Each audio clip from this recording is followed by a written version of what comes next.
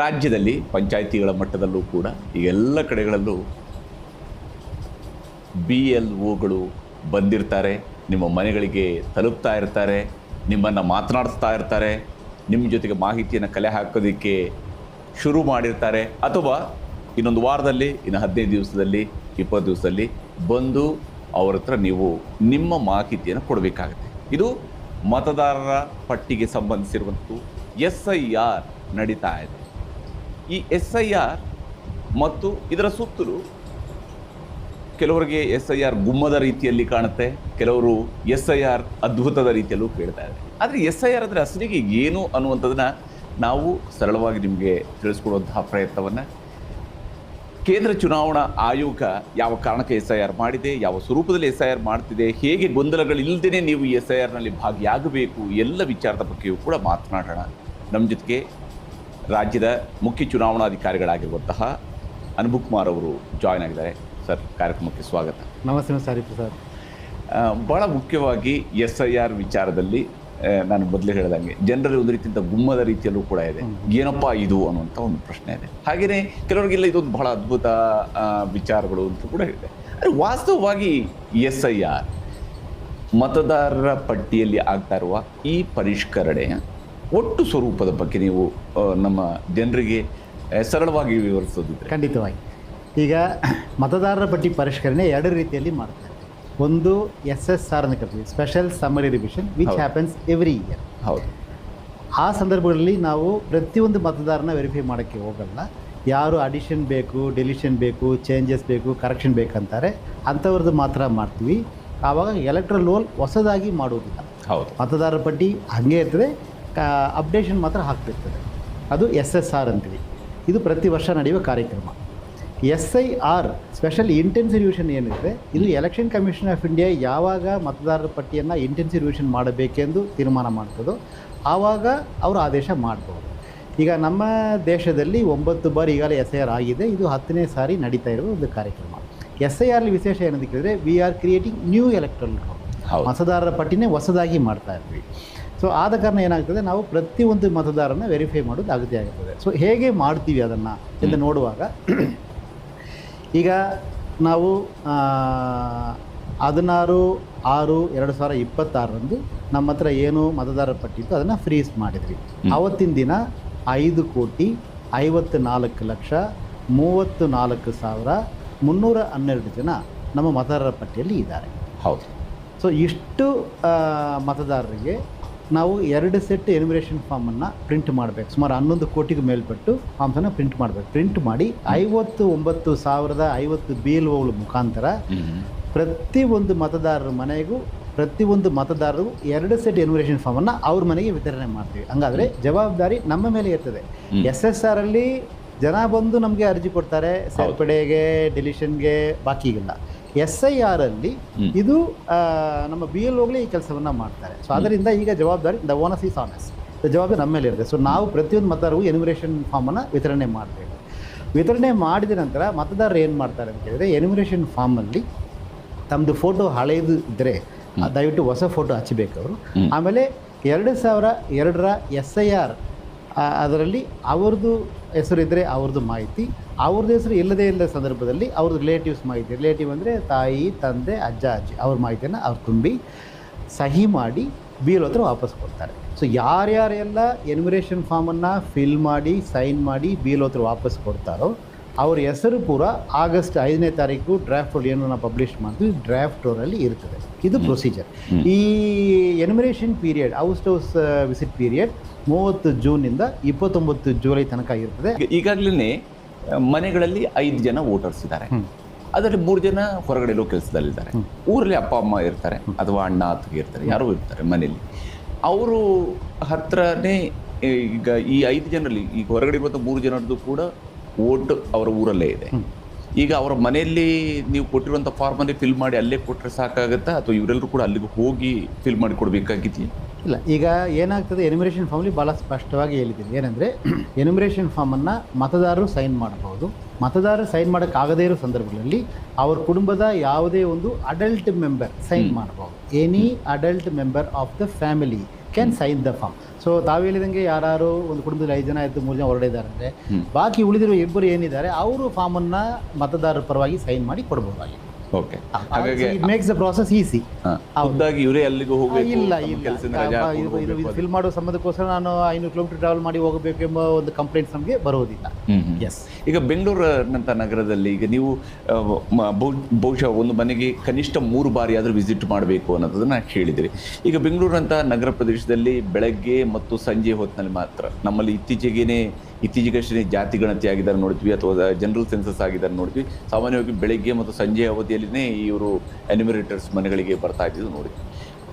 SIR ಕೂಡ ಇದೇ ರೀತಿಯಾಗಿರುತ್ತೆ process. ಹೆಂಗೆ ಆಗುತ್ತೆ ಬೆಂಗಳೂರಿನಲ್ಲಿ ಮತದಾರರ ರೀಚ್ ಔಟ್?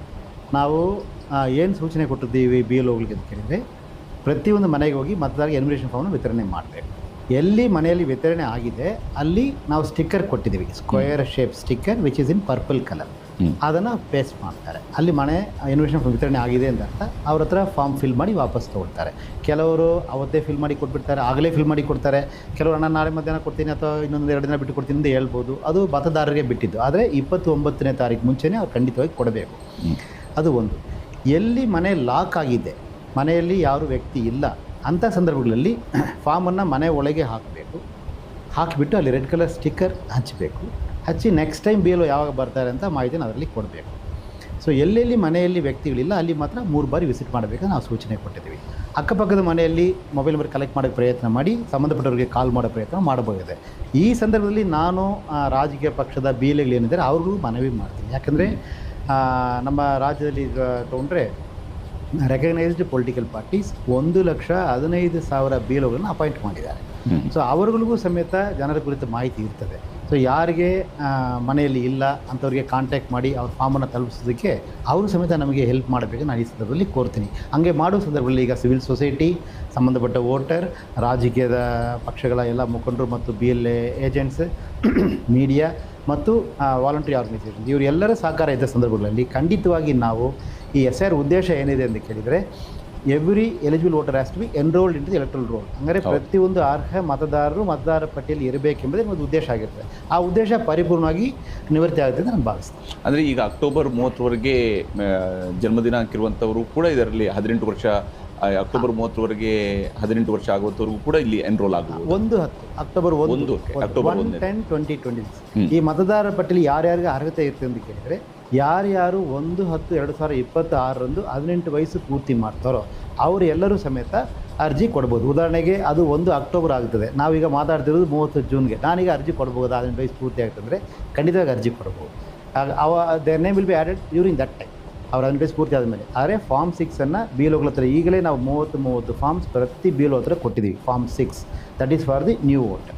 ಸೊ ಯಾರು ವೋಟರ್ ಹೊಸದಾಗಿ ಸೇರ್ಪಡೆ ಆಗಬೇಕಾದ್ರೆ ಅವರು ಫಾರ್ಮ್ 6 ಕಲೆಕ್ಟ್ ಮಾಡಿ BLO ಹತ್ರ ಕೊಡ್ಬೋದು, ಫಿಲ್ ಮಾಡಿಬಿಟ್ಟು, ಅಥವಾ ಆನ್ಲೈನ್ ಅಪ್ಲೈ ಮಾಡ್ಬೋದು. I welcome all the new voters, please enrol yourself, collect the form from the BLO, fill the form and submit the form to the BLO. Definitely you will be enrolled after verification.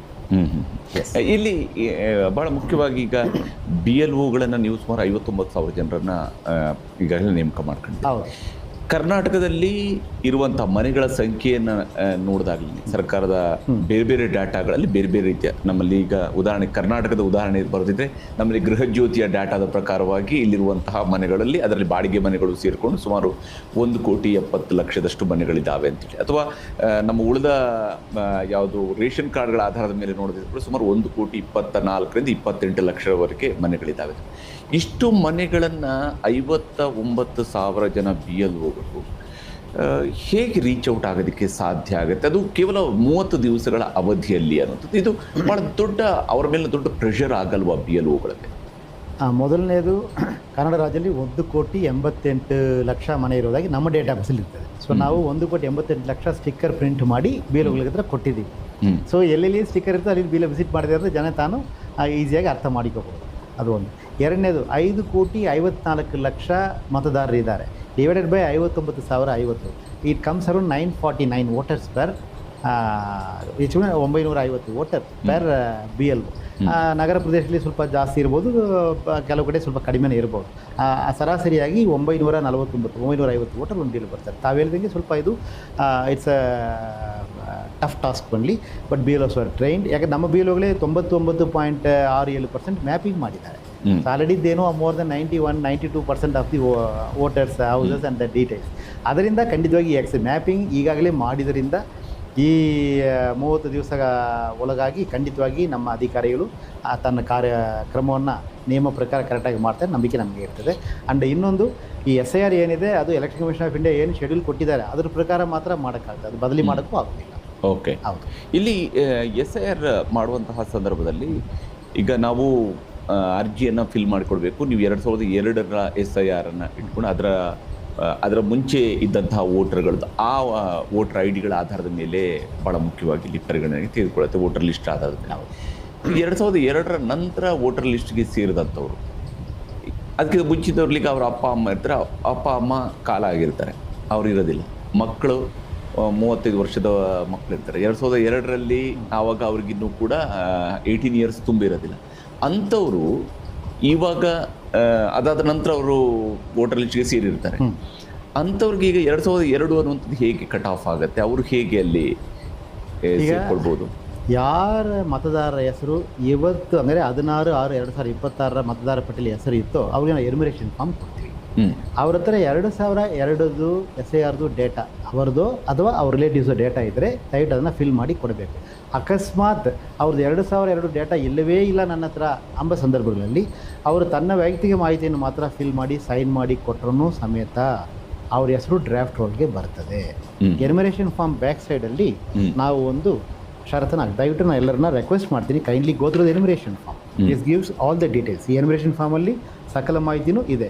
ಈಗ enumeration form back side first ಪೇರ second ಪಾರ್ಟಲ್ಲಿ ನೋಡಿದರೆ ERO ಯಾರಿಗೆ notice ಕೊಡ್ತಾರೆ ಅಂತ ಮಾಹಿತಿ ಇರ್ತದೆ.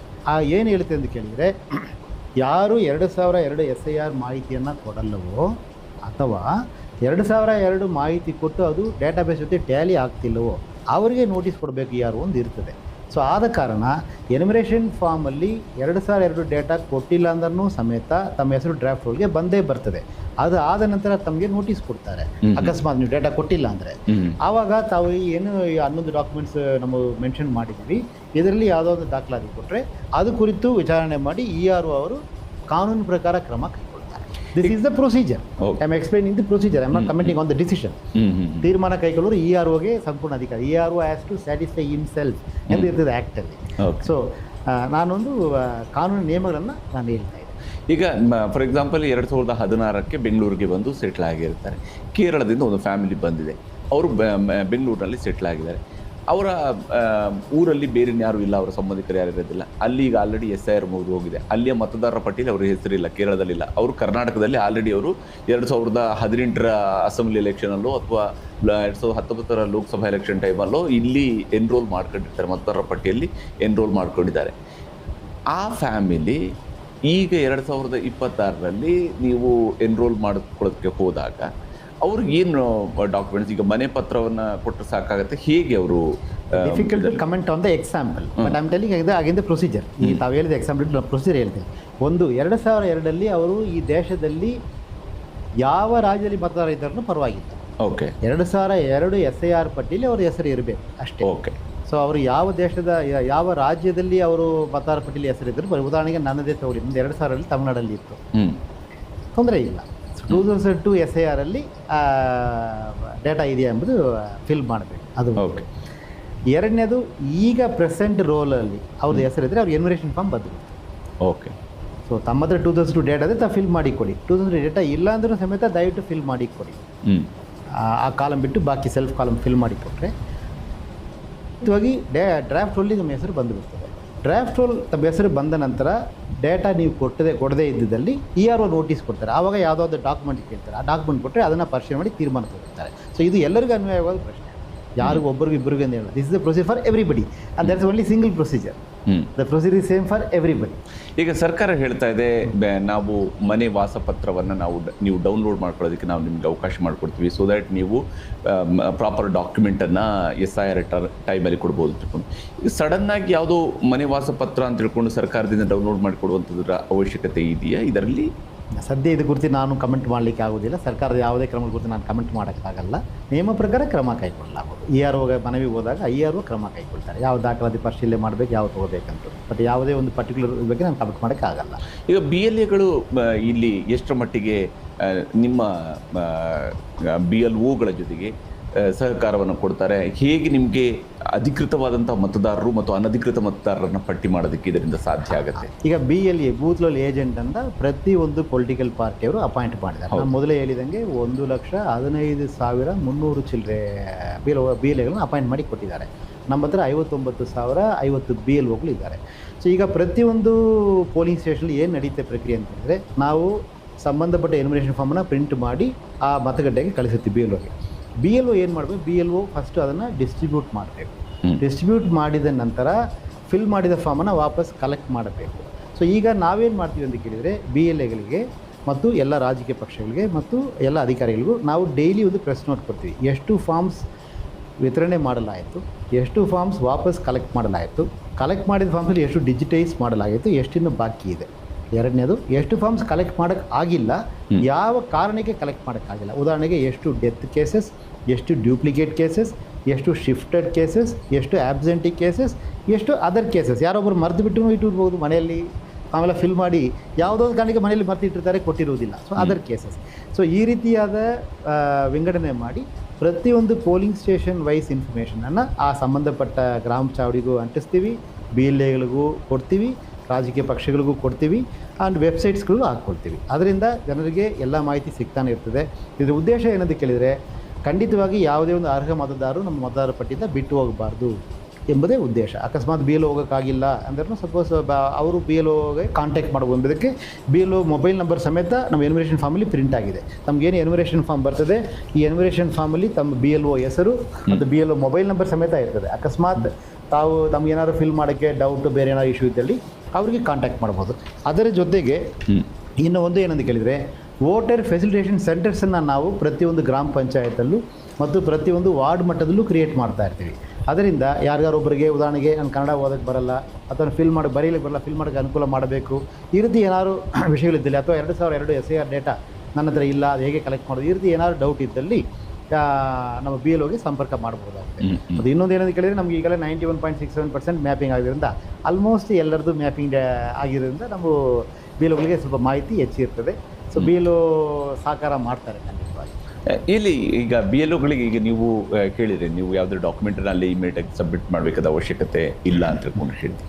ಈಗ ಅವ್ರಿಗೆ ಜಸ್ಟ್ ಆ ಫಾರ್ಮ್ಗೆ ಸಹಿ ಹಾಕಿ ಕೊಟ್ಟರೆ ಸಾಕಾಗುತ್ತಾ? ಅಲ್ಲಿ ಎನ್ಯುಮರೇಷನ್ ಫೇಸಲ್ಲಿ ನಾವು ಯಾವುದೇ ಒಂದು ದಾಖಲಾತಿಯನ್ನು ಮತದಾರರಿಂದ ಕೇಳುವುದಿಲ್ಲ. ಎನ್ಯುಮರೇಷನ್ ಫಾರ್ಮ್ ಏನು ಕೊಡ್ತೀವಿ ಅದಕ್ಕೆ ದಯವಿಟ್ಟು ತಮ್ಮದು ಫೋಟೋ ಹಳೆದಾಗಿದ್ದಲ್ಲಿ ಹೊಸ ಫೋಟೋ ಹಚ್ಚಿಕೊಡಿ.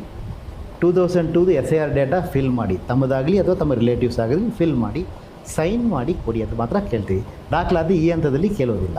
ಮತ್ತು BLO ಏನು ಮಾಡ್ತಾರೆ, ತಮ್ಮ ಹತ್ರ ನಾವು 2 ಸೆಟ್ ಫಾರ್ಮ್ ಕೊಡ್ತೀವಲ್ಲ, ಒಂದು ಫಾರ್ಮ್ BLO ಕಲೆಕ್ಟ್ ಮಾಡಿಕೊಳ್ತಾರೆ, ಇನ್ನೊಂದು ಫಾರ್ಮ್ಗೆ BLO ಸಹಿ ಹಾಕಿ ತಮ್ಮ ಹತ್ರನೇ ವಾಪಸ್ ಕೊಡ್ತಾರೆ. ಅದು ತಮಗೆ ಅಕ್ನಾಲೆಜ್ಮೆಂಟ್ ಆಗಿ ಉಳಿದಿರ್ತದೆ. ಅಕಸ್ಮಾತ್ ನಾಳೆ ನೀವು ಎನ್ಯುಮರೇಷನ್ ಫಾರ್ಮ್ BLO ಹತ್ರ ಕೊಟ್ಟಿದ್ದ ಮೇಲೇನೂ ನಿಮ್ಮ ಹೆಸರು ಡ್ರಾಫ್ಟ್ ರೋಲಲ್ಲಿ ಇಲ್ಲ ಅಂದರೆ, this is the proof that you have given the form ಅಂತ. ಯು ಕ್ಯಾನ್ ಕ್ವಶ್ಚನ್ ಅಸ್, ನಾನು ಫಾರ್ಮ್ ಕೊಟ್ಟ ಮೇಲೆ ಯಾಕೆ ನನ್ನ ಹೆಸರು ಇಲ್ಲ ಅಂತ. ಯಾಕೆ ನಾನು ಮೊದಲೇ ಹೇಳಿದ್ದೀನಿ, ನಾನು ಯಾರ್ಯಾರು ಎನ್ಯುಮರೇಷನ್ ಫಾರ್ಮ್ ಫಿಲ್ ಮಾಡಿ ಸೈನ್ ಮಾಡಿ ಕೊಡ್ತಾರೆ ಅವರು ಎಲ್ಲರ ಹೆಸರು ಡ್ರಾಫ್ಟ್ ರೋಲಲ್ಲಿ ಬಂದೇ ಬರ್ತದೆ. ಅದು ಮ್ಯಾಪಿಂಗ್ ಆಗಿದ್ದರೂ ಸರಿ, ಆಗದೇ ಇದ್ದರೂ ಸರಿ, SIR ಡೇಟಾ ಕೊಟ್ಟಿದ್ದನ್ನು ಸರಿ, ಕೊಡದಿದ್ದನ್ನು ಸರಿ, ಫೋಟೋ ಹಚ್ಚಿದ್ದನ್ನು ಸರಿ, ಹಚ್ಚದೇ ಇದ್ದನ್ನು ಸರಿ, ಬಟ್ ಸೈನ್ ಮಾತ್ರ ಆಗಿರಬೇಕು. ಯಾವುದೇ ಒಂದು ಮತದಾರರು ಸಹಿ ಮಾಡದೆ ಫಾರ್ಮನ್ನು ಫಿಲ್ ಮಾತ್ರ ಮಾಡಿ ವಾಪಸ್ ಕೊಟ್ಬಿಟ್ರೆ, ಖಂಡಿತವಾಗಿ ಅವ್ರು ಸಹಿ ಮಾಡದೇ ಇರೋ ಕಾರಣದಿಂದ ಅದು ಯಾವುದೇ ನಾವು ತೀರ್ಮಾನ ತಗೊಳ್ಳಿಕ್ಕೆ ಬರೋದಿಲ್ಲ. ಸೊ ದಯವಿಟ್ಟು ಮತ್ತೆ ನಾನು ಒತ್ತಿ ಹೇಳ್ತೀನಿ, ಸೈನ್ ಮಾಡಬೇಕು, ಜೊತೆ ಫಾರ್ಮನ್ನು ವಾಪಸ್ BLO ಹತ್ರ ಕೊಡಬೇಕು. ಓಕೆ, ಅದನ್ನು ರಿಕ್ವೆಸ್ಟ್ ಮಾಡ್ತೀನಿ. Okay, yes. ಈಗ ಉದಾಹರಣೆಗೆ 2002 SIR ಟೈಮಲ್ಲಿ ಅವ್ರದ್ದು ಯಾವುದೋ ಒಂದು ಊರಿನಲ್ಲಿ ಅವರು ತಮ್ಮ ಸ್ವಂತ ಊರಿನಲ್ಲಿ ಅವರ ಮತಪಟ್ಟಿಯಲ್ಲಿ ಅವರ ಹೆಸರು ಇತ್ತು. 2002 99ರಲ್ಲಿ ಎಲೆಕ್ಷನಲ್ಲಿ ವೋಟಿಂಗ್ ಮಾಡಿದ್ದಿರ್ಬೋದು, 2002ರಲ್ಲಿ ಮಾಡಿದ್ದಿತ್ತು. ಅವ್ರು 2015 16 ಇನ್ಯಾವುದೋ ನಗರಕ್ಕೆ ಹೋಗಿ ವಾಸ ಮಾಡ್ತಿರ್ತಾರೆ. ಅಲ್ಲೂ ಕೂಡ ಅವರು ಒಂದು ಮತಪಟ್ಟಿಯಲ್ಲಿ ಹೆಸರು ಸೇರಿಸ್ಕೊಂಡಿದ್ದಾರೆ. ಊರಿದ್ದು ಡಿಲೀಟ್ ಮಾಡಿಸಿರಲ್ಲ, ಅದು ಅದರ ಪಾಡಿಗೆ ರನ್ ಆಗ್ತಾ 2026 ನಿಮ್ಮ ಡೇಟಾದ ಪ್ರಕಾರವೂ ಕೂಡ ಅದು ಅಲ್ಲಿ ರನ್ ಆಗ್ತಾ ಇದೆ. ಇಲ್ಲಿ ಮಿಡ್ಲಲ್ಲಿ ಇನ್ನೊಂದು ಎಲ್ಲೋ ಒಂದು ಕಡೆಯಲ್ಲಿ ಮಾಡ್ಕೊಂಡಿದ್ದಾರೆ, ಅದು ಕೂಡ ನಿಮ್ಮ ಮತಪಟ್ಟಿಯಲ್ಲಿ ರನ್ ಆಗ್ತಾ ಇರುತ್ತೆ. ಇಂತಹ ವ್ಯಕ್ತಿಗಳ ಮತದಾರರ ಪಟ್ಟಿಯಲ್ಲಿ ಹೇಗೆ ಪರಿಷ್ಕರಣೆ ಆಗುತ್ತೆ? ಈ ವ್ಯಕ್ತಿಗಳ ಇಂತಹ ಉದಾಹರಣೆಗಳು ಹೇಗೆ ಭಾಳ ಪರಿಷ್ಕರಣೆ? ಒಳ್ಳೆಯ ಪ್ರಶ್ನೆ ಇದು. ಈಗ ಯಾರ್ಯಾರು ಮತದಾರರದ್ದು ಒಂದಕ್ಕಿಂತ ಮೇಲ್ಪಟ್ಟ ಕಡೆ ವೋಟರ್ ಲಿಸ್ಟ್ಲಿ ಹೆಸರಿದ್ದರೆ ಅವ್ರ ಹೆಸರು ಎಷ್ಟು ಕಡೆ ಇದ್ದರೂ, ಉದಾಹರಣೆಗೆ 2 ಕಡೆ ಇದ್ದರೆ, 3 ಕಡೆ, 4 ಕಡೆ ಇದ್ದರೆ, ಎಷ್ಟು ಕಡೆ ಇದ್ದರೂ ಸಮೇತ ನಾವು ಎನ್ಯುಮರೇಷನ್ ಫಾರ್ಮನ್ನು ಪ್ರತಿಯೊಂದು ಅಡ್ರೆಸ್ಗೂ ಕಳಿಸ್ಕೊಡ್ತಾನೆ ಇರ್ತೀವಿ. ಉದಾಹರಣೆಗೆ ಒಬ್ಬರ ಹೆಸರು 3 ಕಡೆ ಇದ್ದರೆ 3 ಕಡೆ ಇರುವ ಅಡ್ರೆಸ್ಗೂ ಎನ್ಯುಮರೇಷನ್ ಫಾರ್ಮ್ ಹೋಗುತ್ತದೆ. ನಾನು ಮತದಾರರ ವಿನಂತಿ ಮಾಡೋದು, ತಾವು ದಯವಿಟ್ಟು ಒಂದು ಕಡೆ ಮಾತ್ರ ಫಾರ್ಮನ್ನು ಸೈನ್ ಮಾಡಿ ಕೊಡಬೇಕು. 3 ಕಡೆಯಲ್ಲಿ ಎಲ್ಲಿ ಮಾಡಲಿ ಅಂತ ಕೇಳಿದರೆ ಅದು ತಮ್ಮದೇ ತೀರ್ಮಾನ. ಅಧಿಕಾರಿ ಯಾವುದೂ ತೀರ್ಮಾನ ಮಾಡೋಕ್ಕೆ ಆಗಲ್ಲ. ಎಲ್ಲಿ ತಾವು ಮತದಾರ ಇರಲಿಕ್ಕೆ ಇಷ್ಟಪಡ್ತೀರಿ ಎಂಬುದು ತಮ್ಮ ತೀರ್ಮಾನ. ತಾವು ಒಂದು ಕಡೆ ಮಾತ್ರ ಸೈನ್ ಮಾಡಿ ಕೊಡಬೇಕು. ಇಲ್ಲ ನಾನು 3 ಕಡೆ ಮಾಡ್ತೀನಿ ಅಂತ ಕೇಳಿದರೆ ನಾನು ಅದಕ್ಕೆ ಮತ್ತೆ ತಮಗೆ ರಿಕ್ವೆಸ್ಟ್ ಮಾಡ್ತೀನಿ, ಪ್ಲೀಸ್ ಎನ್ಯುಮರೇಷನ್ ಫಾರ್ಮನ್ನು ದಯವಿಟ್ಟು ನೋಡಿ. ಇದರಲ್ಲಿ ಸಹಿ ಹಾಕಲಿಕ್ಕೆ ಮುಂಚೆ ತಮ್ಮದು ಷರತ್ತು ಹಾಕಿದ್ದಾರೆ, 3 ಷರತ್ತು ಭಾಳ ಸ್ಪಷ್ಟವಾಗಿ ಹಾಕಿದ್ದಾರೆ. ಏನಂತ ಹಾಕಿದ್ದಾರೆ ಅಂತ ಕೇಳಿದರೆ, ಮೊದಲನೇ ಷರತ್ತು, ನಾನು ಈ ದೇಶದ ಪ್ರಜೆ, ಬೇರೆ ಯಾವ ದೇಶದ ಪ್ರಜಾಪ್ರಭುತ್ವನ ತಗೊಂಡಿಲ್ಲ ಅಂತ ಒಂದು. ಎರಡನೇದು, ನಾನು ಒಂದು ಕಡೆ ಮಾತ್ರ ಮತ ಇಟ್ಕೊಂಡಿದ್ದೀನಿ, ಬೇರೆ ಎಲ್ಲೂ ಇಟ್ಕೊಂಡಿಲ್ಲ, ಬೇರೆ ಯಾವುದೇ ಅಸೆಂಬ್ಲಿ ಕಾನ್ಸ್ಟಿಟ್ಯೂನ್ಸಿ ಅಥವಾ ಪಾರ್ಲಿಮೆಂಟ್ ಕಾನ್ಸ್ಟಿಟ್ಯೂನ್ಸಿಯಲ್ಲಿ ನನ್ನ ಹೆಸರು ಇಟ್ಕೊಂಡಿಲ್ಲ ಎಂದು ಎರಡನೇದು. ಮೂರನೇದು, ನಾನು ಏನಾದರೂ ತಪ್ಪು ಮಾಹಿತಿ ಕೊಟ್ಟಿದ್ದಲ್ಲಿ representation of people act section 31 ಪ್ರಕಾರ ನಾನು ಶಿಕ್ಷೆಗೆ ಗುರಿಯಾಗ್ತೀನಿ ಅಂತ ನನಗೆ ಅರಿವಿದೆ ಎಂಬುದ್ರ ಬಗ್ಗೆ 3 ತಮಗೆ ಹೇಳಿಕೊಟ್ಟಿದ್ದಾರೆ. ಅದರಿಂದ ನಾನು ಮತ್ತೊಮ್ಮೆ ವಿನಂತಿ ಮಾಡ್ತೀನಿ, ನೋಯಿಂಗ್ಲಿ ಆರ್ ಅನ್ನೋಯಿಂಗ್ಲಿ, ಅಕಸ್ಮಾತ್ ಒಂದಕ್ಕಿಂತ ಮೇಲ್ಪಟ್ಟ ಕಡೆ ತಮ್ಮದು ಹೆಸರು ಮತದಾರ ಪಟ್ಟಿಯಲ್ಲಿ ಇದ್ದರೂ ಸಮೇತ ನಾವು ಎಲ್ಲ ಕಡೆಯೂ ಎನ್ಯುಮರೇಷನ್ ಫಾರ್ಮನ್ನು ಕಳಿಸ್ಕೊಡ್ತೀವಿ. ನಮಗೆ ಚಾಯ್ಸ್ ಇರಲ್ಲ ಹೌದು ಮಾಡಲಿಕ್ಕೆ. ಆದರೆ ನಿಮ್ಮ ಹತ್ರ ವಿನಂತಿ ಮಾಡ್ತೀನಿ, ದಯವಿಟ್ಟು ಒಂದು ಕಡೆ ಮಾತ್ರ ತಾವು ಫಾರ್ಮನ್ನು ಸೈನ್ ಮಾಡಿ ಕೊಡಿ. ಯಾಕಂದರೆ ಈ ಫಾರ್ಮ್ಸ್ ಕೂಡ ಡಿಜಿಟೈಸ್ ಆಗ್ತಾ ಇರ್ತದೆ. ಮೊದಲು ಡಿಜಿಟೈಸೇಷನ್ ಅಷ್ಟೊಂದು ಪ್ರಕ್ರಿಯೆಯಲ್ಲಿ ಇದ್ದಿರೋದಿಲ್ಲ. ಈಗ ತಾವೇನು ಸೈನ್ ಮಾಡಿ ಕೊಡ್ತೀರಾ ಅದು BLO ಫೋಟೋ ತೊಗೊಂಡು ಸ್ಕ್ಯಾನ್ ಮಾಡಿ ಕಳಿಸ್ಬಿಡ್ತಾರೆ, ಆ್ಯಪಲ್ಲಿ ಇರ್ತದೆ ಅದು. ಸೊ ನಾಳೆ ಫೋಟೋ ಸಿಮಿಲರ್ ಎಂಟ್ರೀಸ್ ಅಥವಾ ಡೆಮೋಗ್ರಫಿ ಸಿಮಿಲರ್ ಎಂಟ್ರೀಸ್ ಮಾಡುವ ಸಂದರ್ಭದಲ್ಲಿ ತಮ್ಮದು 2 ಕಡೆ ಅದು ಒಂದಕ್ಕಿಂತ ಮೇಲ್ಪಟ್ಟ ಕಡೆ ಇದ್ದರೆ ಅದು ನಮಗೆ ಗೊತ್ತಾಗುತ್ತದೆ. ಆವಾಗ ತಾವು ಕಾನೂನಿನ ಕ್ರಮಕ್ಕೆ ಅರ್ಹರಾಗ್ತೀರಾ. ಅದಕ್ಕನ್ನು ದಯವಿಟ್ಟು ಯಾವುದೇ ಕಾರಣಕ್ಕೂ ಒಂದಕ್ಕಿಂತ ಮೇಲ್ಪಟ್ಟು ಯಾವುದೇ ಒಂದು ಮತದಾರರು ಎನ್ಯುಮರೇಷನ್ ಫಾರ್ಮ್ ಸೈನ್ ಮಾಡಬಾರದು. ಮತ್ತೊಮ್ಮೆ ನಾನು ವಿನಯಪೂರ್ವವಾಗಿ ರಿಕ್ವೆಸ್ಟ್ ಮಾಡ್ತೀನಿ. ಅಂದರೆ ಇಲ್ಲಿಗೆ ಒಂದು ಕ್ಲಾರಿಟಿ ಏನಂದರೆ, ಈಗ ಆತಂದು 2 ಕಡೆಯಲ್ಲಿ ಹೆಸರು ಇತ್ತು, ಮತದಾರರ ಪಟ್ಟಿಯಲ್ಲಿತ್ತು.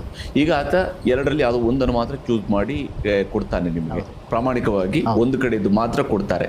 ಅಂತಹ ವ್ಯಕ್ತಿಗೆ ಈ ಹಿಂದೆ ಆತ 2 ಕಡೆಯಲ್ಲಿ ಮತದಾರರ ಪಟ್ಟಿಯಲ್ಲಿ ಹೆಸರು ಇಟ್ಕೊಂಡಿದ್ದ, ಆತ ಓಟು ಒಂದೇ ಕಡೆಯಲ್ಲಿ ಮಾಡಿರ್ಬೋದು, ಅಥವಾ 2 ಕಡೆಯಲ್ಲಿ ಬೇರೆ ಬೇರೆ ಎಲೆಕ್ಷನ್ಗಳಲ್ಲಿ 2 ಕಡೆಗಳು ಕೂಡ ವೋಟ್ ಮಾಡಿದ್ರು. ಉದಾಹರಣೆಗೆ ಗ್ರಾಮ ಪಂಚಾಯತ್ಗೆ ತನ್ನ ಊರಿನಲ್ಲಿ ಹೋಗಿ ವೋಟ್ ಮಾಡಿರ್ಬೋದು, ಅಸೆಂಬ್ಲಿ ಎಲೆಕ್ಷನ್ಗೂ, ಲೋಕಸಭಾ ಎಲೆಕ್ಷನ್ಗೂ ಸಿಟಿಯಲ್ಲಿ ವೋಟ್ ಮಾಡಿರ್ಬೋದು ಆತ. ಇಂತಹ ವ್ಯಕ್ತಿಗಳ ಮೇಲೆ ಈಗ ಯಾವುದೇ ಕಾನೂನು ಕ್ರಮ ಆಗಲ್ಲ. ಇನ್ ಕೇಸ್ ಅವರು ಒಂದೇ ಕಡೆಯಲ್ಲಿ ಮಾತ್ರನೇ ಅವರು ಫಿಲ್ ಮಾಡಿಕೊಟ್ಟು ಆ ಪ್ರಕ್ರಿಯೆಯಲ್ಲಿ ಮಾತ್ರ ಭಾಗಿಯಾದರೆ. ಹಿಂದೆ ಇಟ್ಟಿದ್ದು ಕುರಿತು ನಾನು ಏನು ಕಮೆಂಟ್ ಮಾಡೋಕ್ಕಾಗಲ್ಲ. ಬಟ್ ನಾನು ಹೇಳೋದು ಏನಂತ ಕೇಳಿದರೆ, ಯಾರ್ಯಾರು ಎನ್ಯುಮರೇಷನ್ ಫಾರ್ಮ್ ಸೈನ್ ಮಾಡಿ ಕೊಡ್ತಾರೆ ಅವ್ರದ್ದು ಹೆಸರು ಮಾತ್ರ ಡ್ರಾಫ್ಟ್ ರೋಲ್ಗೆ ಬರ್ತದೆ. ಉದಾಹರಣೆಗೆ ಒಬ್ಬರದ್ದು 3 ಕಡೆ ಹೆಸರಿದೆ, ಅವರು ಒಂದು ಕಡೆ ಮಾತ್ರ ಸೈನ್ ಮಾಡಿ ಕೊಡ್ತಾರೆ ಅಂದರೆ ಆ ಒಂದು ಕಡೆ ಮಾತ್ರ ಹೆಸರು ಡ್ರಾಫ್ಟ್ ರೋಲ್ಗೆ ಬರ್ತದೆ. ಬಾಕಿ 2 ಕಡೆ ಅವರು ಸೈನ್ ಮಾಡಿ ಫಾರ್ಮ್ ಕೊಡದೇ ಇರುವುದರಿಂದ ಅವ್ರದ್ದು ಹೆಸರು ಅಲ್ಲಿ ಬರಲ್ಲ, ಆಟೋಮೆಟಿಕ್ ಆಗಿ ಡಿಲೀಷನ್. ಹೌದು, ಅದು ಡಿಲೀಷನ್ ಇಲ್ಲ, ಅವ್ರು ಸೈನ್ ಮಾಡಿ ಕೊಟ್ಟೇ ಇಲ್ಲ. ಹೌದು, ಅದರಿಂದ ಸೊ ಅವ್ರ ಹೆಸರು ಬರಲ್ಲ. It is not deleted, his name will not come because he has not given the form. ಈಗ ಫಾರ್ಮಲ್ಲಿ ಒಂದು QR ಕೋಡ್ ಅದನ್ನು ಹಾಕಿ ಕೊಡ್ತಿದ್ದು ಕೂಡ ಅದು ಯಾವ ರೀತಿಯಾಗಿ ಇಲ್ಲಿ ಆ್ಯಪಲ್ಲಿ ಕೆಲಸ ಮಾಡುತ್ತೆ ಡಿಜಿಟಲೈಸ್ ಮಾಡೋದಕ್ಕೆ? ಈಗ ನಾವು ಈ ಸಾರಿ ಏನು ಮಾಡ್ತೀವಿ ಅಂದರೆ ಪ್ರತಿ ಫಾರ್ಮನ್ನು ಡಿಜಿಟೈಸ್ ಮಾಡ್ತಾ ಇರ್ತೀವಿ. BLOಗೆ ಅನುಕೂಲ ಮಾಡಲಿಕ್ಕೆ ಈ QR ಕೋಡ್ ಕೊಡಲಾಗಿದೆ. ಈ QR code is unique for each and every voter. ಪ್ರತಿಯೊಂದು ಮತದಾರರಿಗೂ ಇದು ಯೂನಿಕ್ ಕೋಡ್ ಆಗಿರ್ತದೆ. ಸೊ BLO ಈಗ ತನ್ನ BLOಗೆ ಆ್ಯಪ್ ಕೊಟ್ಟಿದ್ವಿ, ಅವ್ರ ಮೊಬೈಲ್ ನಂಬರ್ ರಿಜಿಸ್ಟರ್ ಆಗಿರ್ತದೆ ನಮ್ಮ ಇದರ ಸಿಸ್ಟಮಲ್ಲಿ. ಸೊ ಅವರು ತನ್ನ ಆ್ಯಪ್ ಮುಖಾಂತರ ಈ QR ಕೋಡ್ ಸ್ಕ್ಯಾನ್ ಮಾಡಿದ ಕೂಡಲೇ ಈ ಫಾರ್ಮ್ ಆಟೋಮೆಟಿಕ್ ಓಪನ್ ಆಗ್ತದೆ. ಸೊ ಇದು partially pre filled form. So ನಮ್ಮದು ಡೇಟಾ ಅವ್ರದ್ದು ಇರ್ತದೆ. ಸೊ ಈಗ ಮತದಾರರು ಏನು ಫಿಲ್ ಮಾಡಿ ಕೊಡ್ತಾರೆ, ಕೆಲವನ್ನು ಅವ್ರು ಟೈಪ್ ಮಾಡಿ ಫಿಲ್ ಮಾಡಬೇಕು. ಆಮೇಲೆ ಎಂಟೈರ್ ಫೋಟೋವನ್ನು ಅವ್ರು ಫೋಟೋ ತೊಗೊಂಡು ಅಪ್ಡೇಟ್ ಮಾಡಬೇಕು. ಆಮೇಲೆ ಎಂಟೈರ್ ಫಾರ್ಮನ್ನು ಸ್ಕ್ಯಾನ್ ಮಾಡಿ ತೊಗೊಳ್ತಾರೆ. ಸೊ ತಮ್ಮದು entire form both front side and back side photo and all the details including your date of birth will be there in the database. ಯಾಕೆ ಇದು ಹೇಳ್ತೀನಿ ಅಂದರೆ, ಅಕಸ್ಮಾತ್ 2 ಕಡೆ 3 ಕಡೆ ಸೈನ್ ಮಾಡಿದರೆ ಖಂಡಿತವಾಗಿ ನಾವು ಡೇಟಾ ಈಸಿಯಾಗಿ ರಿಟ್ರೀವ್ ಮಾಡಿಕೋಬೋದು ಇನ್ನು ಮುಂದೆ. ಅದು ಕಾನೂನಿನ ಕ್ರಮಕ್ಕೆ ಅವಕಾಶ ಮಾಡಿಕೊಡ್ತದೆ. ದಯವಿಟ್ಟು ಮಾಡಬಾರ್ದು ಎಂಬ ಮಾಹಿತಿ ಹೇಳಲಿಕ್ಕೋಸ್ಕರ ನಾನು ಹೇಳ್ತೀನಿ. ಈಗ ಆಲ್ರೆಡಿ ಈ ಹಿಂದೆ ಡೂಪ್ಲಿಕೇಟ್ ವೋಟರ್ ID ಅಂದರೆ 2 ಕಡೆಯಲ್ಲಿ ಇರೋದು ಅಂತ ಹೇಳಿದ್ರೇ ಅದು ಡೂಪ್ಲಿಕೇಟ್ ಅಂತಲೇ ಅರ್ಥ. ಒಂದಕ್ಕಿಂತ ಹೆಚ್ಚು ಕಡೆಯಲ್ಲಿರೋದು ಡೂಪ್ಲಿಕೇಟ್ ವೋಟರ್ಸ್ ಅಂತಲೇ ಅರ್ಥ. ಅವ್ರು ಯಾವುದೇ ಎಲೆಕ್ಷನ್ಗಳೇ ಅವ್ರು ಏನೇ ಕಾರಣಕ್ಕಾಗಿ 2 ಕಡೆಯಲ್ಲಿ ವೋಟ್ ಹಾಕ್ತಿದ್ರು ಕೂಡ ಡೂಪ್ಲಿಕೇಟ್ ಮತದಾರರು.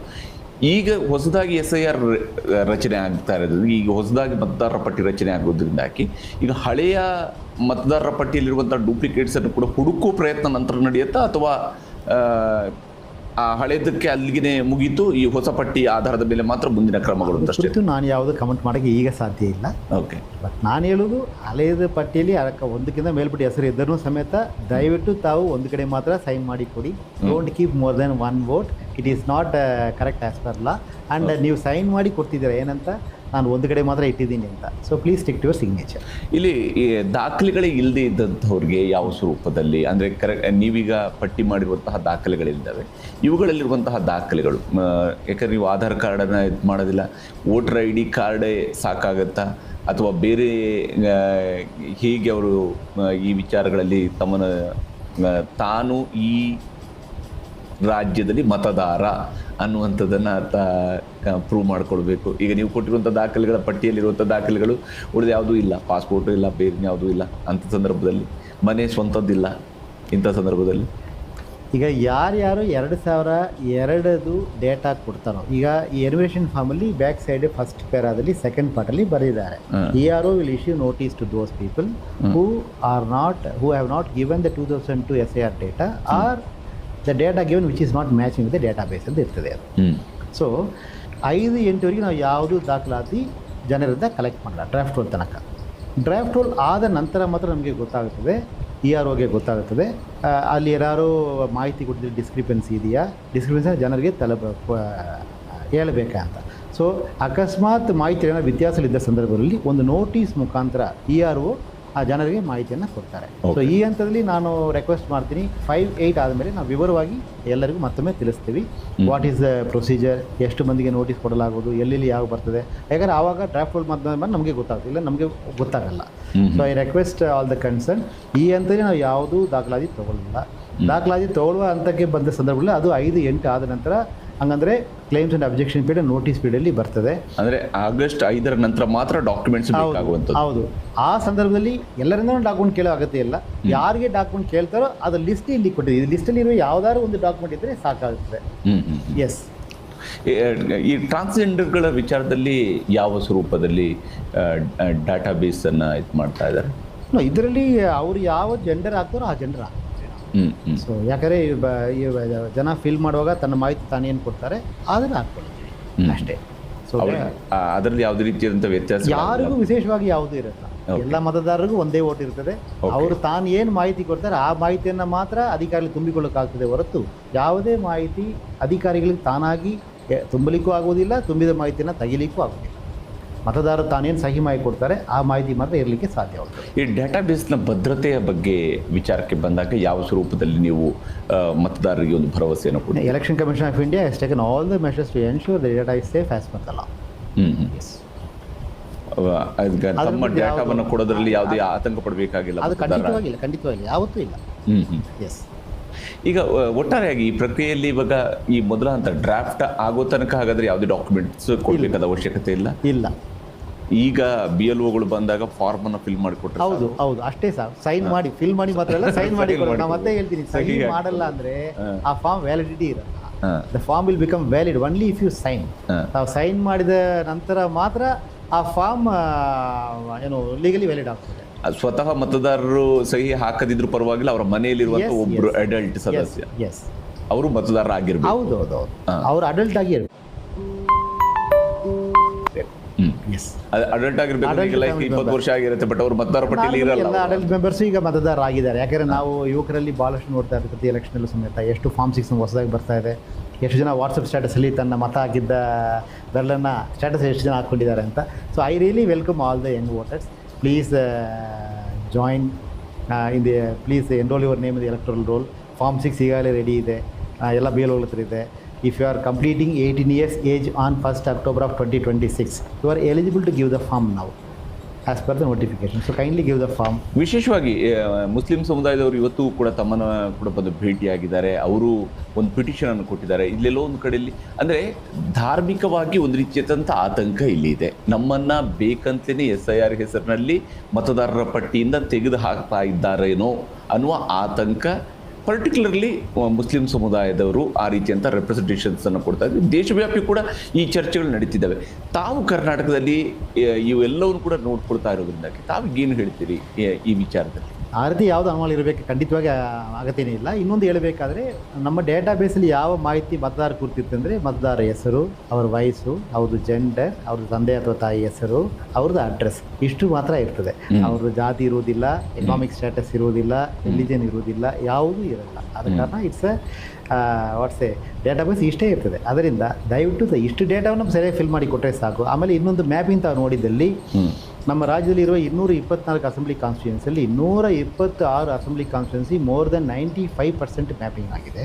And 183 assembly constituency have mapped more than 90%. Bangalore ಇಷ್ಟು ಸಿಟಿಯಲ್ಲೂ ಸಮೇತ ಮೋರ್ ದೆನ್ 78% ಮ್ಯಾಪಿಂಗ್ ಆಗಿದೆ. ಅದರಿಂದ ನಾನು ಮತ್ತೆ ಹೇಳಿದಂಗೆ ಯಾವುದೇ ಒಂದು ಅರ್ಹ ಮತದಾರರು ನಮ್ಮ ಮತದಾರ ಪಟ್ಟಿಯಿಂದ ಕೈ ಬಿಡಬಾರ್ದು ಎಂಬುದೇ ಉದ್ದೇಶ ಆಗಿರ್ತದೆ. ತಾವು ಅರ್ಹ ಮತದಾರ ಇದ್ದಲ್ಲಿ ನಮಗೆ ಎನ್ಯುಮರೇಷನ್ ಫಾರ್ಮ್ ಖಂಡಿತವಾಗಿ ನಾವು ಮನೆಗೆ ತಲುಪಿಸ್ಕೊಡ್ತಾ ಇರ್ತೀವಿ. ದಯವಿಟ್ಟು ತಾವು ಫಾರ್ಮನ್ನು ಫೋಟೋ ಹಚ್ಚಿ ಫಿಲ್ ಮಾಡಿ ಸಹಿ ಮಾಡಿ ವಾಪಸ್ ಕೊಡಿ ಎಂದು ಮತ್ತೊಮ್ಮೆ ನಾನು ಕೇಳ್ತೀನಿ. ಕೆಲವರ ಅವಸರದಲ್ಲಿ ಸೈನ್ ಮಾಡದೆ ಬಿಟ್ಬಿಡ್ತಾರೆ. ಎಲ್ಲ ಫಿಲ್ ಮಾಡಿರ್ಬೋದು, ಸೈನ್ ಮಾಡಿ ಬಿಟ್ಟರೆ ಕಷ್ಟ ಆಗ್ತದೆ. ಸೈನ್ ಮಾಡಿಲ್ಲ ಅಂದರೆ ಆ ಫಾರ್ಮ್ ವ್ಯಾಲಿಡ್ ಆಗೋದಿಲ್ಲ. ಅದರಿಂದ ಮತ್ತೆ ಒತ್ತಿ ಹೇಳ್ತೀನಿ, ದಯವಿಟ್ಟು ಸೈನ್ ಮಾಡಬೇಕು ಫಾರ್ಮಲ್ಲಿ. ಈಗ ಹಳೆಯ ವೋಟರ್ ID ಕಾರ್ಡ್ಗಳಲ್ಲಿ ನಾವು ಹೌದು ಅಲ್ಲೋ ಅನ್ನುವಂಥ ರೀತಿಯಲ್ಲಿದ್ದಂಥ ನಮ್ಮ ಫೋಟೋಗಳ ಬದಲು ನಮ್ಮದೇ ಫೋಟೋಗಳನ್ನು ಹಚ್ಚಿರುವಂಥ ಹೊಸ ID ಕಾರ್ಡ್ಗಳು ಬರ್ತವೆ. ಹೊಸ ವ್ಯತ್ಯಾಸ ಅಂದರೆ ಎಲೆಕ್ಟ್ರೋಲ್ ಭಾಳ ನೀಟಾಗಿ ಕಾಣಬೇಕು, ಅದರಲ್ಲಿರೋ ಮಾಹಿತಿಗಳು ಸರಿಯಾಗಿರಬೇಕೆಂಬುದೇ ಉದ್ದೇಶ. ಎಲೆಕ್ಟ್ರೋಲಲ್ಲಿ ಏನೇನು ತೊಂದರೆಗಳಿತ್ತು ಕೇಳಿದರೆ ಫೋಟೋ ಸರಿಯಾಗಿರಲ್ಲ, ಅಡ್ರೆಸ್ಗಳು ಸರಿಯಾಗಿರಲ್ಲ, ಅಥವಾ ಕೆಲವು ಸಂದರ್ಭಗಳಲ್ಲಿ ತೀರ್ಕೊಂಡವ್ರ ಹೆಸರು ಹಂಗೆ ಇರ್ತದೆ, ಡಬಲ್ ಡ್ಯೂಪ್ಲಿಕೇಟ್ ವೋಟರ್ಸ್ ಇರ್ತದೆ ಅಂತೆಲ್ಲ ನಾವು ಹಲವಾರು ಸಮಯ ಕೇಳಿಕೊಟ್ಟಿದ್ವಿ. ಸೊ SIR ಬಂದರೆ ಈ ಪ್ರಕ್ರಿಯೆಗೆ ಒಂದು ರೀತಿ ಮುಕ್ತಾಯ ಸಿಗ್ತದೆ. ಆದ ಕಾರಣ SIR ಮಾಡ್ತಾ ಇರೋದು. It is to help all the eligible voter to ensure the roll is very clean and perfect. ಅದಕ್ಕೆ ಟ್ರೈ ಮಾಡ್ತಾ ಇರೋದು. ಸೊ ನಾನು ಮತ್ತೊಮ್ಮೆ ಎಲ್ಲರ ಸಹಕಾರವನ್ನು ಈ ಸಂದರ್ಭದಲ್ಲಿ ಮತ್ತೆ ಕೋರ್ತೀನಿ. ಎಲ್ಲ ರಾಜಕೀಯ ಪಕ್ಷಗಳ ಪದಾಧಿಕಾರಿಗಳು, ಎಲ್ಲ ಬೂತ್ಗಳಲ್ಲಿ agents and civil society groups ಎಲ್ಲರಿಗೂ, ವಾಲಂಟಿಯರ್ಸ್ ಆ್ಯಂಡ್ ಮತದಾರರು ಪ್ಲಸ್ ನಮ್ಮ ಅಧಿಕಾರಿಗಳು ಎಲ್ಲರೂ, ಮೀಡಿಯಾ, ನಮ್ಮ friends from media also. So ತಾವೆಲ್ಲರೂ ಒಟ್ಟಿಗೆ ಸಹಕಾರ ನೀಡಿದಲ್ಲಿ ಒಂದು ಎಲಿಜಿಬಲ್ ಮತದಾರರ ಹೆಸರು ಕೈ ಬಿಡದೆ ನಾವು ಪಟ್ಟಿ ಮಾಡಲಿಕ್ಕೆ ಸಾಧ್ಯವಾಗುತ್ತದೆ. ಆ್ಯಂಡ್ ಮತದಾರರಿಗೆ ಅನುಕೂಲ ಮಾಡಲಿಕ್ಕೆ ಎಲ್ಲ ಕ್ರಮಗಳು ಈಗಾಗಲೇ ನಾವು ಅನೌನ್ಸ್ ಮಾಡಿದ್ದೀವಿ ಹಲವಾರು ಬಾರಿ. ಭಾಳ ಹುಮ್ಮಸ್ಸಿನ ಜನ ಇವತ್ತು ಇದರಲ್ಲಿ ಪಾಲ್ಗೊಂಡಿದ್ದಾರೆ. So will try our best.